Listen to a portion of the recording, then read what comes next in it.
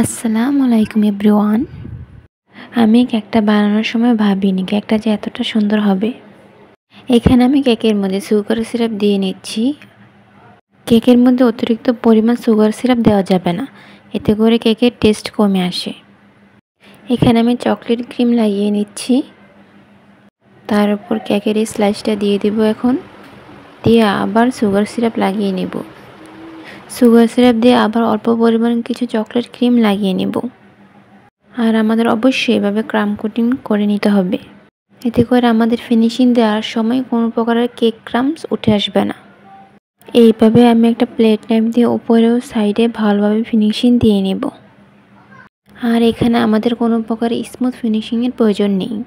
এভাবে ক্রাম কোটিং করার পর ফ্রিজে 2 ঘন্টা বা 1 ঘন্টার জন্য আমি কেকটা রেখে দিব। এখানে আমি স্কাই কালার দিয়ে কেকটাকে ফিনিশিং দিয়ে নেব। যেহেতু এটা রেনবো কেক, স্কাই কালার ছাড়া তো এটা চলবেই না। আমার ক্রিমটা একটু ওভারবিট হয়ে যায়, এতে করে ক্রিমটা ফিনিশিং আনতে খুব কষ্ট হয়। ক্রিমটা ওভারবিট করলে কেকে ফিনিশিং আনতে অনেক সময় লাগে, তাই আমাদের সবসময় খেয়াল রাখতে হবে ক্রিম যাতে ওভারবিট না হয়।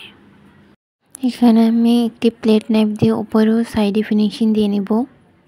প্লেট নাইফ আর স্ক্র্যাপার আমি দুইটাই ইউজ করে থাকি কেক ফিনিশিং দেওয়ার সময়। নতুনদের জন্য স্ক্র্যাপার দিয়ে ফিনিশিং দেওয়া খুবই ইজি হয়। স্ক্র্যাপার দিয়ে খুবই কম সহজে কেকে ফিনিশিং নিয়ে আসা যায়। আজকে আমার কেক ফিনিশিং দিতে খুবই সময় লেগেছে, কারণ আমার ক্রিমটা ওভারবিট হয়ে গিয়েছিল বলেছিলাম, এই কারণেই আমার কেকটা ফিনিশিং দিতে খুব সময় লেগে গিয়েছে আজকে। আর আমার যে কোনো কাস্টমাইজ করা কেক করতে খুবই ভালো লাগে।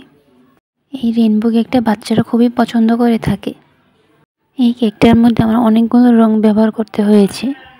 যেদিন আমি কেকটা করি ওই দিন খুবই গরম ছিল। অতিরিক্ত গরমে এমনিতেও ক্রিম স্টিফ হতে চায় না, তার মধ্যে আমি ক্রিমের রং মিশিয়েছিলাম।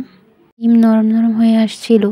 ওই দিন আমি ক্রিম একটু ফ্রিজে রেখেছি, আবার একটু ডেকোরেশন করেছি, আবার একটু ফ্রিজে রেখেছি, আবার একটু ডেকোরেশন করেছি। এভাবে আমি কেকটা ওই দিন ডেকোরেশন করেছি।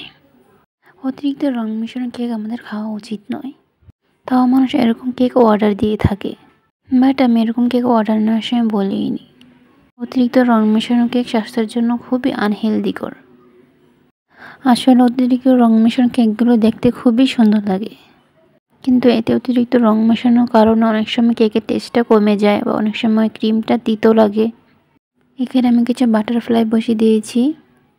বাটারফ্লাই বাচ্চারা খুবই পছন্দ করে। আর এই কেকটা নেওয়া হয়েছিল একটি বাচ্চার জন্যই।